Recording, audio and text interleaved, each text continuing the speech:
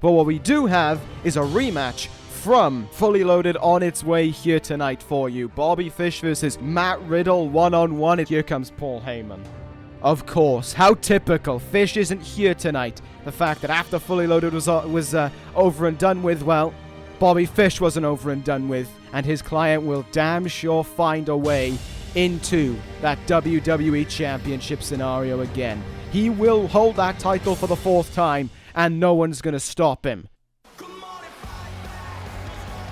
Hello and welcome, Universe Mode. This is Smackdown Live. It's been late, but it's okay. We're here, we're alive, we're back, and we are on our way towards what should be another interesting night of action here for the Blue Brand. There was plenty, once again, when we looked at last week, there was plenty of talking points, and they all surrounded one man as well. That was for certain in Bobby Fish. To the best of my knowledge, though, Fish won't be here tonight, but a very interesting and a very important main event for one man will be Dean Ambrose looking to fight back from his loss and his betrayal that he had to succumb to at Fully Loaded. Goes one-on-one here tonight with the newest member of the DCC in Baron Corbin in what should be a very entertaining contest. However, there is going to be something else regarding it, and I have been told to expect that right now with this man, the SmackDown Live General Manager Christian James, heading towards the ring, saying that in the main event match that is going to happen, it's going to have something extra added to it, and I wonder what that will be. I know about as much as you all right now,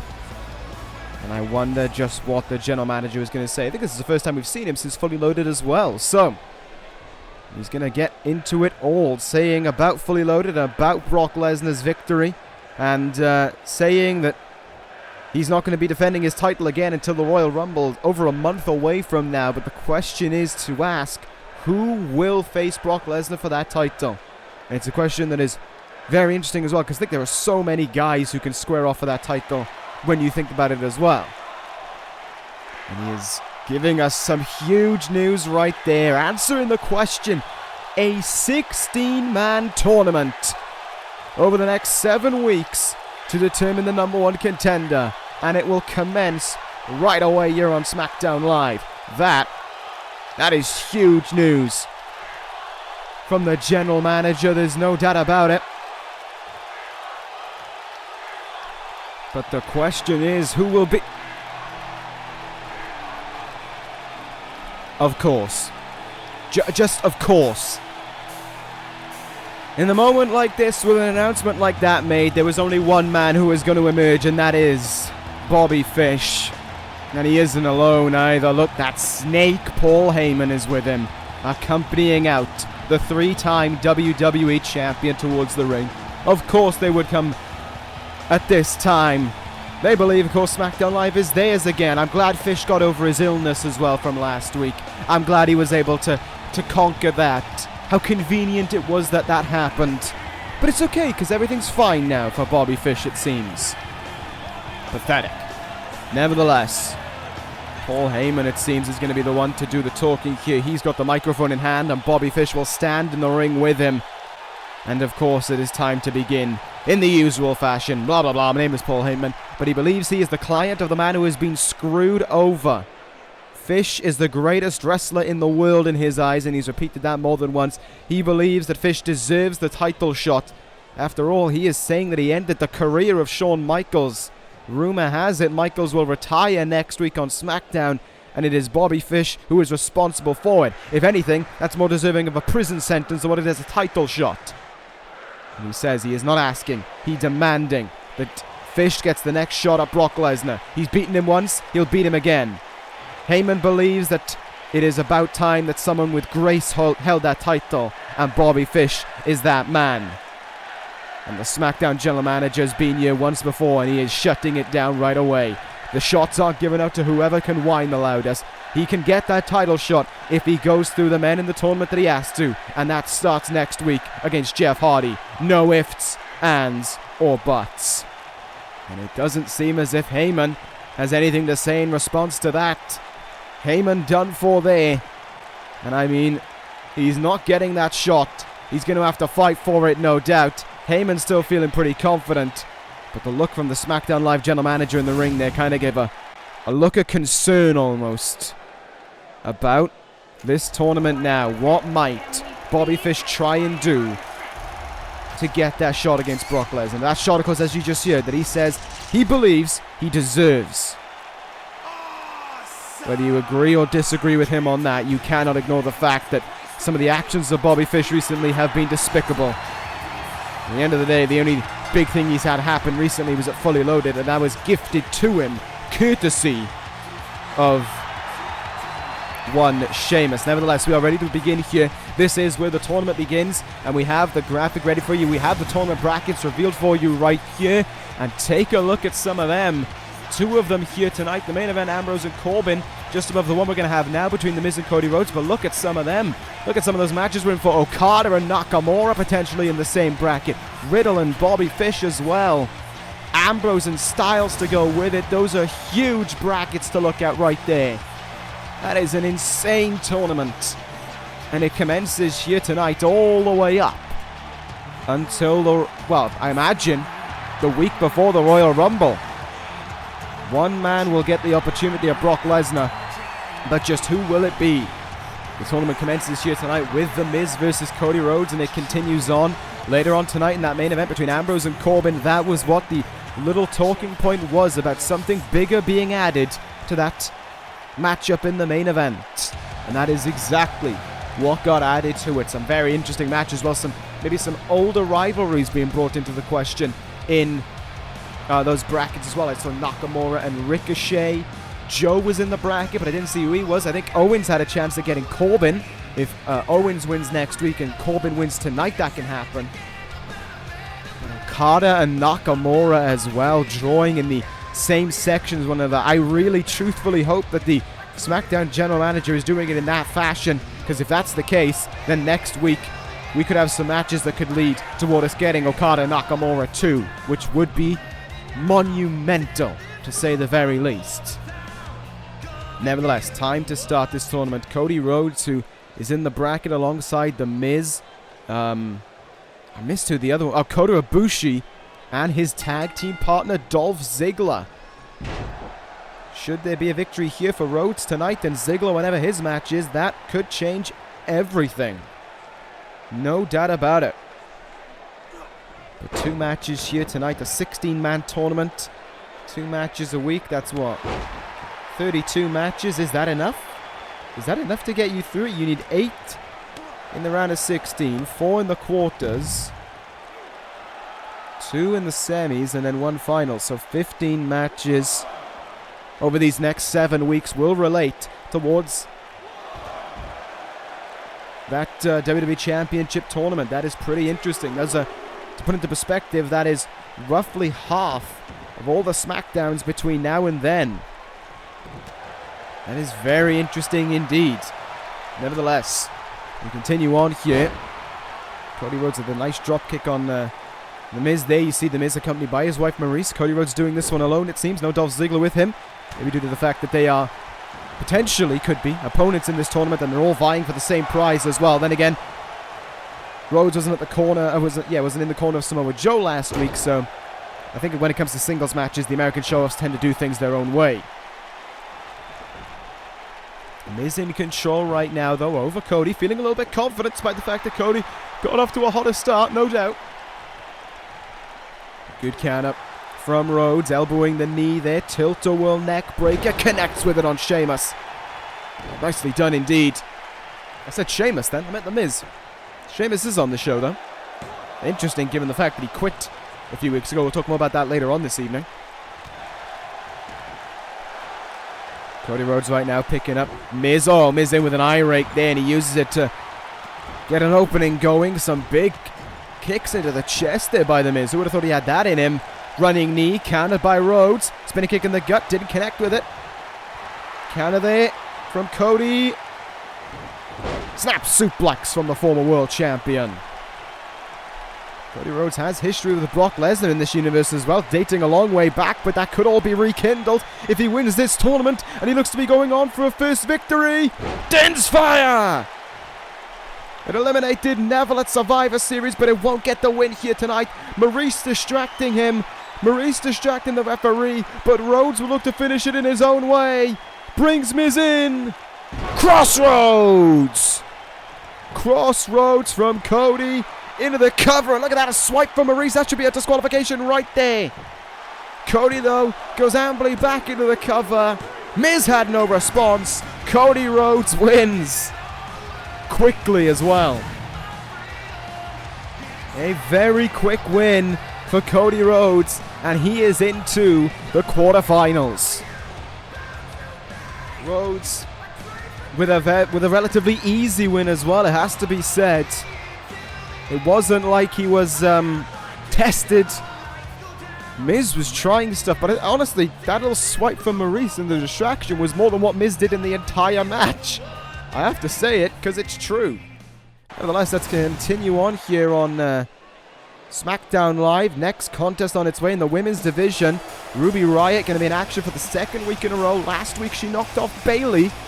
This week she looks to knock off Ember Moon in what should be a thrilling contest between two former women of NXT's women's division. Both came from the same grounds. Both had to cut their teeth down in NXT.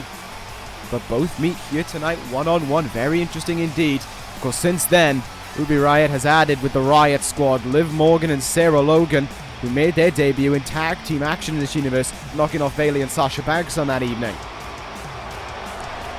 And of course, I talked about it last week with the scenery changing with the arrival of a new SmackDown Women's Champion in Nikki Cross. What does that mean heading forward for everyone involved? What does that mean for the Riott squad? What does that mean for Ember Moon? What does that mean for the former champion Becky Lynch as well, and even the champion before her in Nia Jax? Plenty to play for in this division, no doubt about it.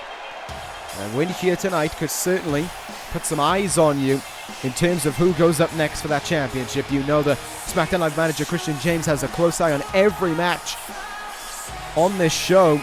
And even then, outside of the matches, he always has a close eye on the talent as well. And honestly, when I looked at those tournament brackets, I couldn't think of anyone who didn't deserve to be in that tournament. When you think about it, Finn Balor already has the title around his waist, the Intercontinental title. I'm struggling to think of names, I have to say it. So maybe that's a good thing about the tournament itself. It shows the strength of the tournament. It shows the fact that it has not been picked with a few guys here and there, basically a name plucked out of a hat. No, it's been given a lot of thought. It's been given a lot of forethought from SmackDown Live General Manager Christian James, and maybe who else he contacted regarding it. And those tournament brackets as well are great. There's no doubt about it. As a matter of fact, I'm going to draw them up right now. I know I should be focusing on this match, but I really want to look at those tournament brackets one more time, just to see what we got on the go here. So Samoa Joe and Okada could probably be rivaled maybe by Styles and Owens as the match of the round of 16. No doubt about it. And if Joe, of course, wins there, well, he's going to be playing spoiler towards a huge, much wanted match between himself and Nakamura. Of course, Okada and Nakamura I'm referring to there. Fish and Hardy as well, as previously talked about. Sabin and Riddle. Should be very interesting there. All these matches, just, I'm really looking forward to them over the next few weeks. There's no doubt about it. And I think I will talk more about it in the main event, considering Ambrose and Corbin is, of course, the main event of this evening, and that is one of the round of 16 matches.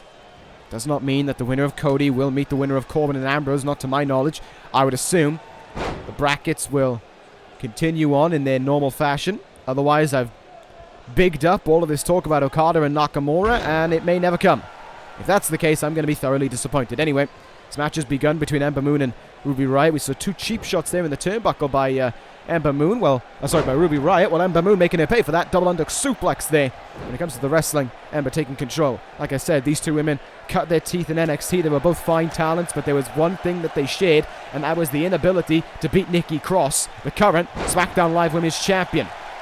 Riott, if I remember rightly, had 2 chances at the title. Both were in multi-women matches, and in both, she didn't get pinned. We've already talked about many times on SmackDown Live about the past between Ember Moon and Nikki Cross, the rivalry that has been shared there, and the fact that when it matters most, Ember Moon has never been able to get that win when it counts, especially for the NXT Women's Championship. Moon, I believe, had either 2 or 3 chances at that title and couldn't make it stick. I think it was 3 at the end of it all.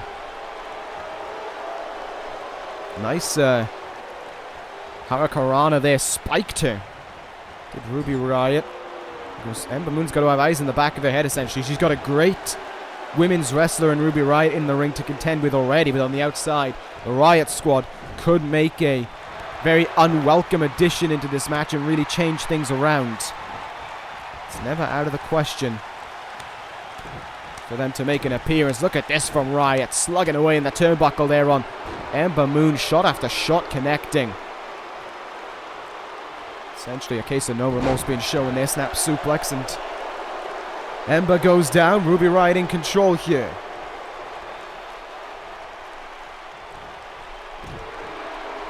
Smackdown Women's Division under the new general manager. I say new, but I'm pretty sure he is also, like Mr. Dredge, coming up to 4 months on this job. Nevertheless, the SmackDown general manager it's almost gone haywire in many ways with everything that has gone on in that division. Titles changed hands twice under him already, which is quite a few times when you think about it, considering the WWE title and the tag team titles haven't changed at all. But you know, one of these two women, both of these women really, would love the next shot at the title, but they have to earn it. That's what's most important about it all. Plenty of time between now and the Royal Rumble, if the women's title is to be defended on that show, to earn that shot. Ruby Riott doing everything in her power to show that she does deserve it. Up high, went for a splash there. Nice knees in the gut by Ember Moon. That could be the opening for Moon in this one. Sends right into the turnbuckle, misses with a drop kick there, unfortunately for her. Riott trying to take things back to the center of the ring. Countered by both women. Super kick in the gut by Riott. Went for another forearm. Great counter by Moon. Up on the shoulders, and she wiggles her way off. Reverse DDT. Ember Moon goes down. Ruby Riott has her right where she wants her. Riott could be in position, ready to strike to end this one. Step up enziguri from Riott. Moon tried to stay on her feet, but she couldn't stand. Cover from Ruby Riott. Ember Moon just barely gets the shoulder up at 2, but what an important kick out it was.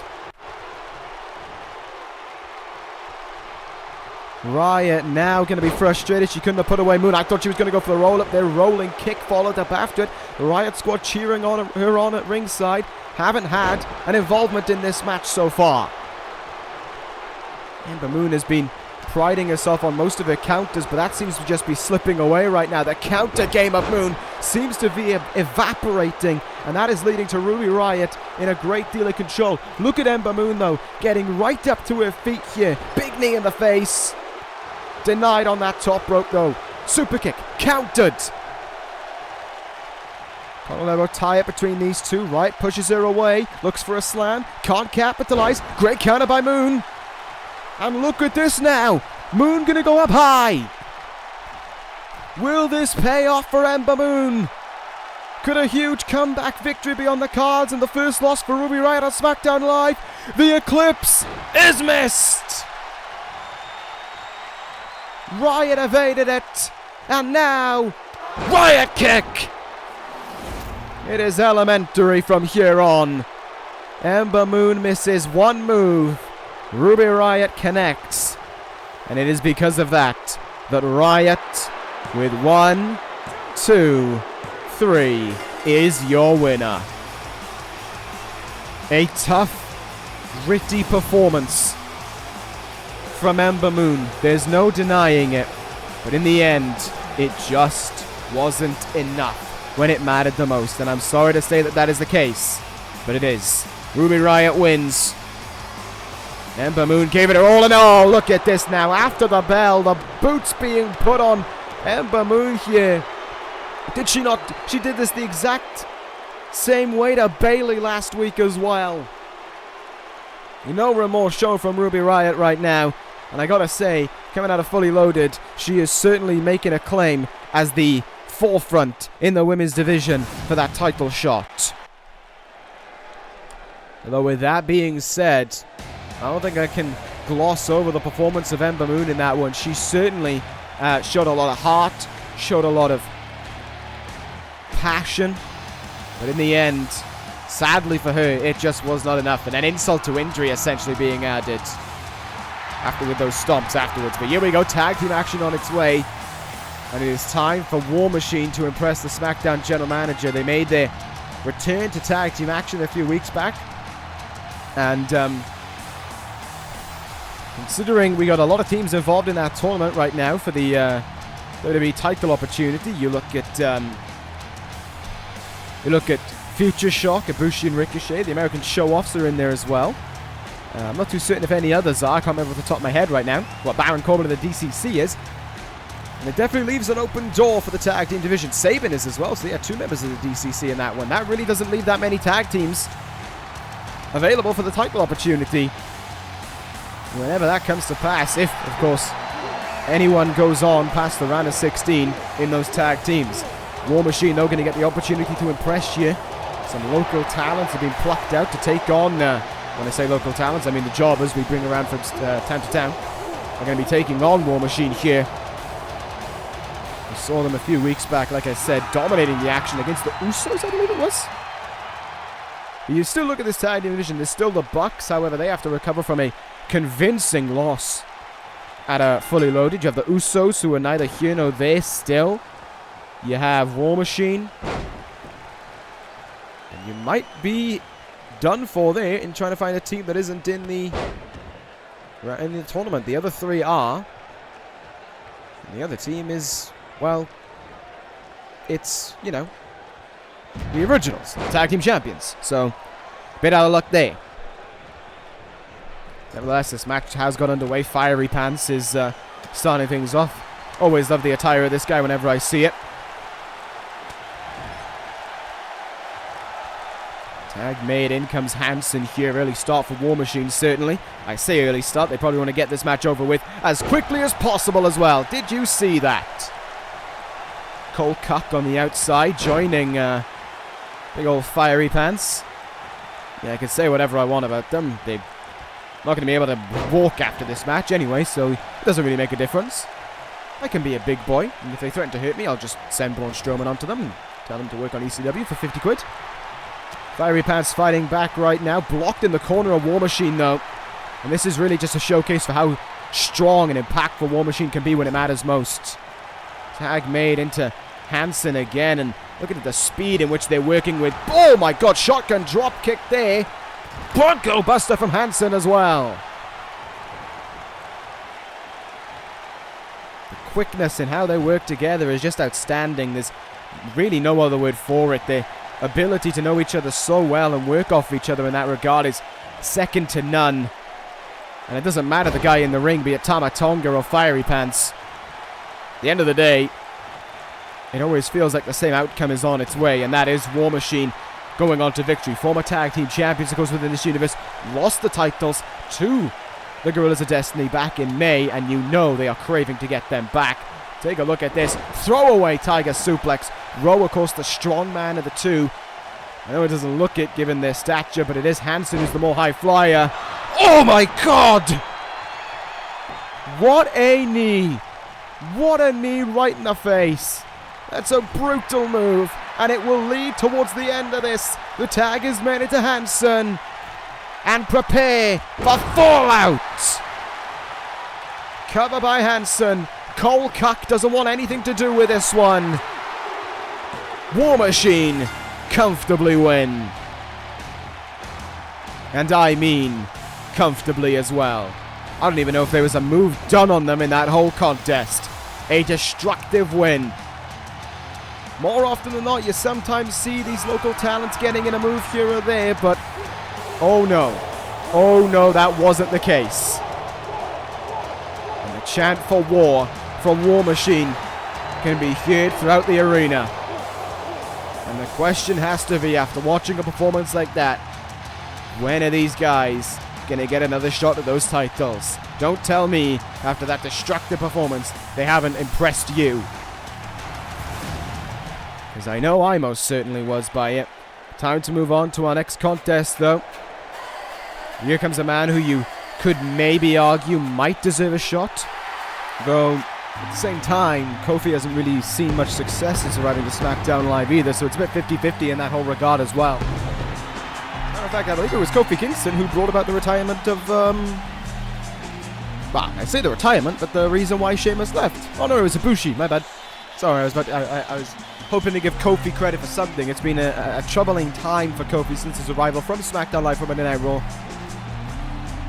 Escaped being sent down to NXT along with the rest of the New Day, but hasn't really proven that well for Kofi, it has to be said. Will things turn around here tonight, though, against a returning Sheamus? Because the last time we saw Sheamus was indeed at Fully Loaded. Before that, it was when he lost to Kota Ibushi and said he was quitting.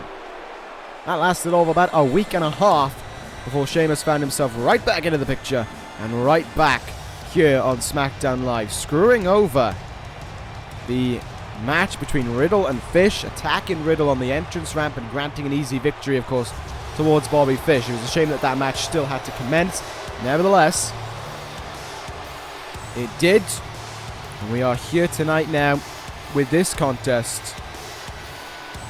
And I am left wondering quite a lot what the attitude is to Sheamus. I'm also left wondering as well what the belief is about something that Heyman discussed last week and we had spent and people have been bringing up following the end of Fully Loaded, or following after, you know, once everyone had witnessed Fully Loaded, and that was whether or not Sheamus was indeed a new member of the Dangerous Alliance. We do not have the answer to that question. Paul Heyman did not answer that question either.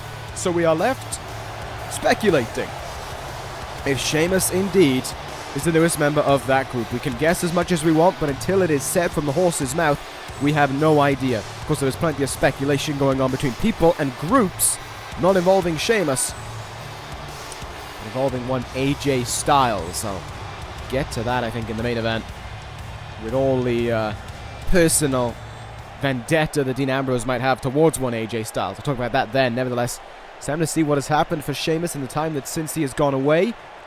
Will he lose here tonight? Will he quit once more? Let's find out. A crowd cheering on Kofi right from the start, as you can hear, and Sheamus coming out of the gates swinging with some hard moves. The former WWE champion and ECW champion going aggressive. Look at this from Sheamus on the get-go. Big belly to belly there.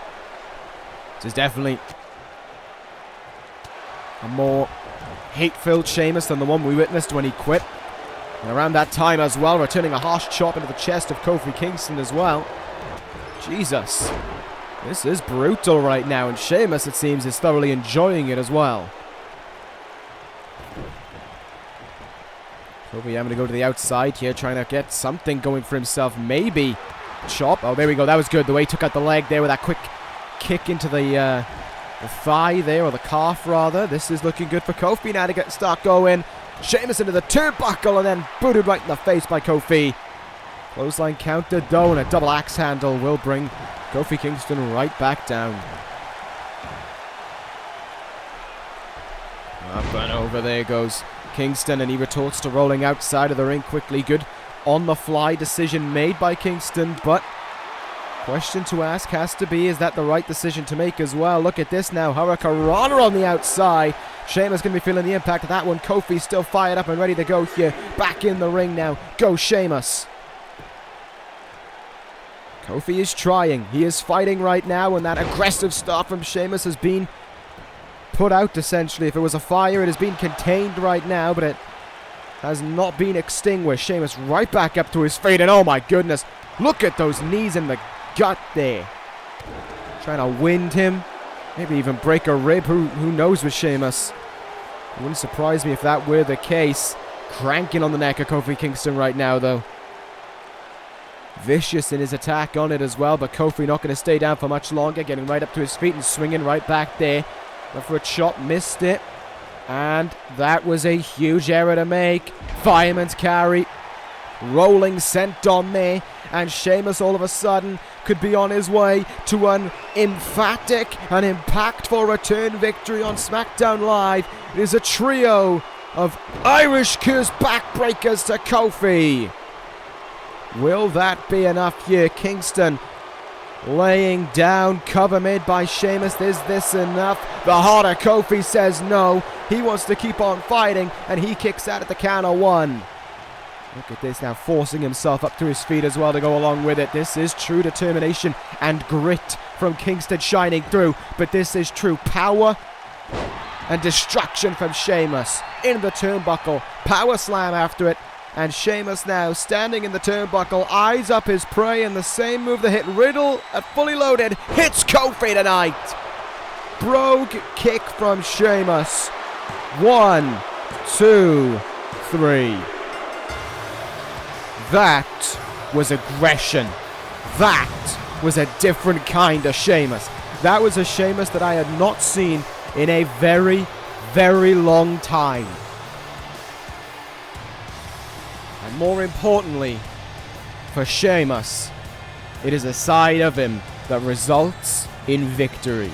Your winner this evening is Sheamus, and it has to be said, if the Dangerous Alliance rumors are true, judging by the way Sheamus is acting right now and judging by the aggression that we're seeing within him, how great of a decision was it by Heyman? Well, I will say, one match doesn't make a career, but it can make an imminent return. Sheamus back on Smackdown, and back with one hell of an impact to go with it. That is for certain. Just wonder what the future will hold in regards to Sheamus and this brand.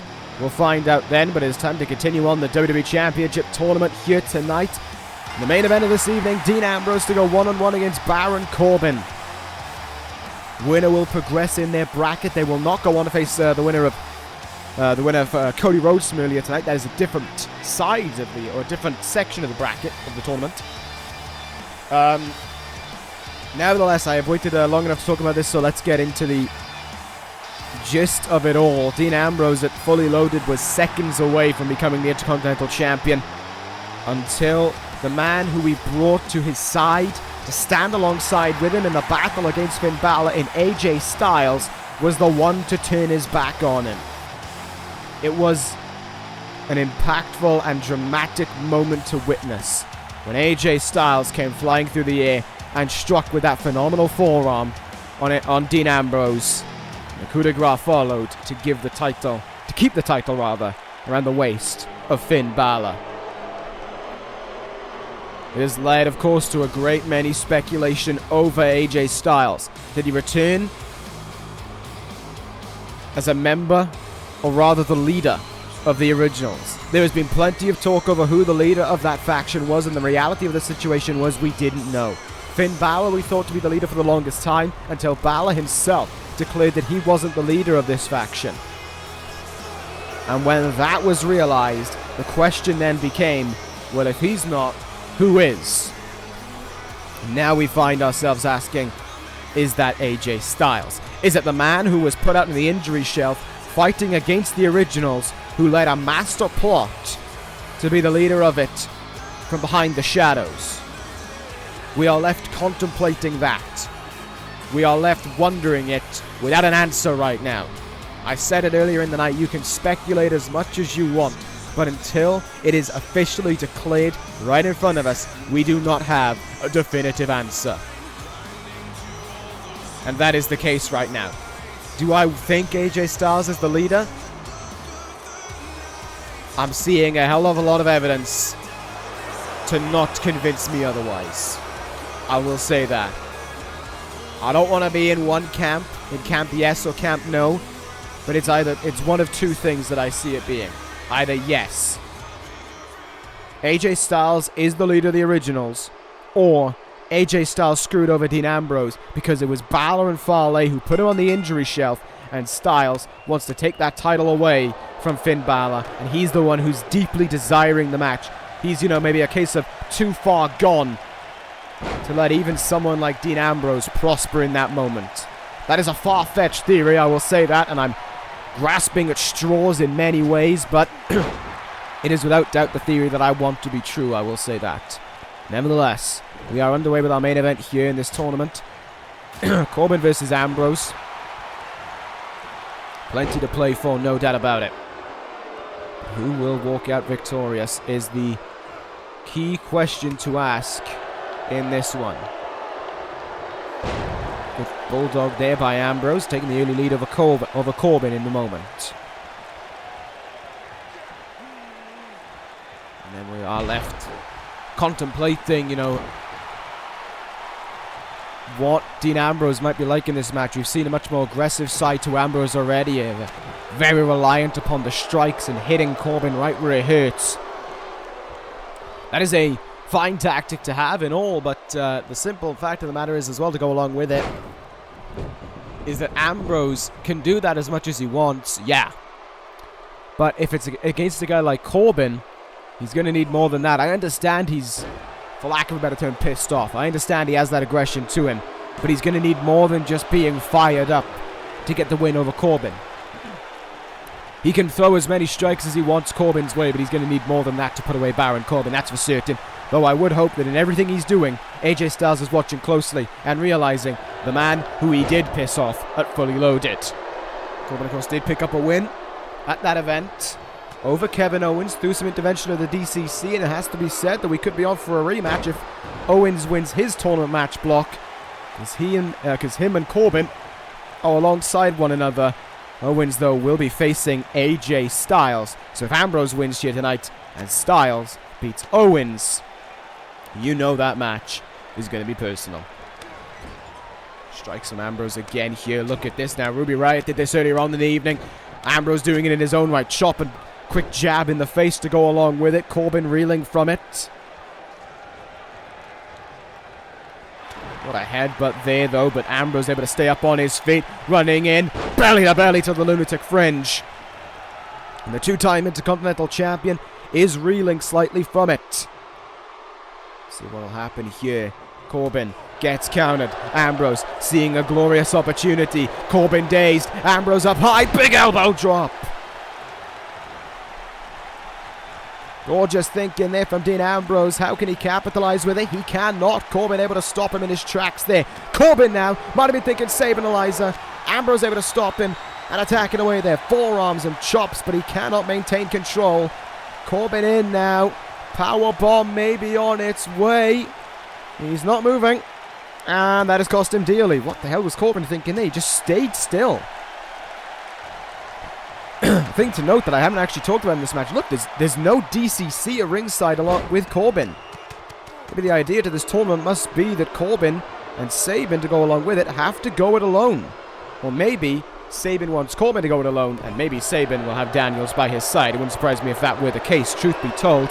As this one continues on here, has the arm wrenched. Socked him, though, with that forearm did Baron Corbin. Quick jab from Ambrose.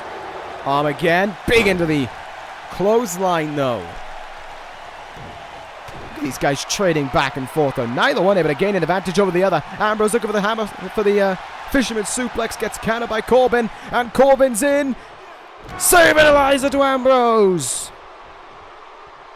Could that be the move that continues Corbin on in this tournament? Ambrose kicks out a one and says, hell no. He's not going out in that way.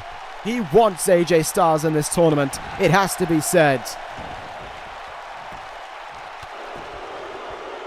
And he wants to prove a message to AJ Styles, but he might not get that opportunity to do just that.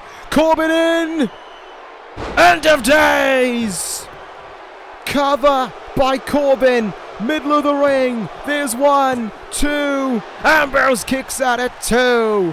Corbin hasn't put away the lunatic fringe, who's right up to his feet, but right back down with a T-bone suplex. Look at how Corbin is controlling this match, though, how he's shutting Ambrose down, closing off the lanes for the lunatic fringe to take control in. That is very, very interesting, but look at how quick Ambrose is to respond there, knee in the face of Corbin. Well, he is reeling slightly. Is there an opportunity for Ambrose to get right back into this thing or not? Nice quick chops there, but he needs more than that in this match right now. We've reached the stage where that just is not enough for victory. There's the running forearm bulldog combination. Can Ambrose continue on after it, though? Can he let the hate from... Oh, looking for a back suplex. Maybe Corbin with a great counter. I was going to say, can he let the hate from Fully Loaded fuel him on here to victory over Corbin? Can it do something other than blind and hate fuel Ambrose? Can it give him the mentality necessary to continue on in this tournament and meet AJ Styles? He almost wasn't continuing on there. That was a late 2 count, has to be said. Ambrose, though, right in the face there. I think that was the point of his elbow more than what it was a forearm. Ambrose has him now. Both men up on their feet. Ambrose taking a moment to recover. Quick strike, front face lock. Trip to the ropes on its way. Maybe. Yes, good. Never know what Dean Ambrose has planned with those ropes. Could be a suicide dive. Could be the lunatic lariat. Playing it safe this time around, though. Double knees and a Russian leg sweep that follows up after it. Ambrose, you wouldn't know that he was hit with an end of days about a minute ago. That's for certain. But the strikes we've been seeing from Dean Ambrose in this match certainly go to show the fire and the hatred within the lunatic fringe in this one. He is certainly not his usual self. He is much more riled up and is taking this much more personally than he would otherwise, and that is due to AJ Styles. Fisherman suplex connects with it on Corbin. Ambrose could be one move away from progressing in this tournament. Corbin counters him though. These guys still with all the play for it. Oh, Corbin clattered the ref. Corbin clattered the ref, and the referee went down. No, no, no, no. Running down the apron right now. It's AJ Styles! Phenomenal forearm! You were kidding me! The ref was down! Corbin moved out of the way! And Styles blasted him with a phenomenal forearm! Ref up to his feet! AJ Styles has screwed Ambrose out of this tournament! Corbin wins! You have got to be kidding me! Baron Corbin, your winner, but a tainted victory through the actions of AJ Styles. And as Corbin gets out of the ring and continues on, AJ Styles is coming back. AJ Styles is coming back. This time through the crowd, he never went away. And from behind on Ambrose. This is not the way to end Smackdown Live. AJ Styles assaulting Ambrose. What for? Why are you doing this? Into the steps went Ambrose. Why are you doing this, Styles?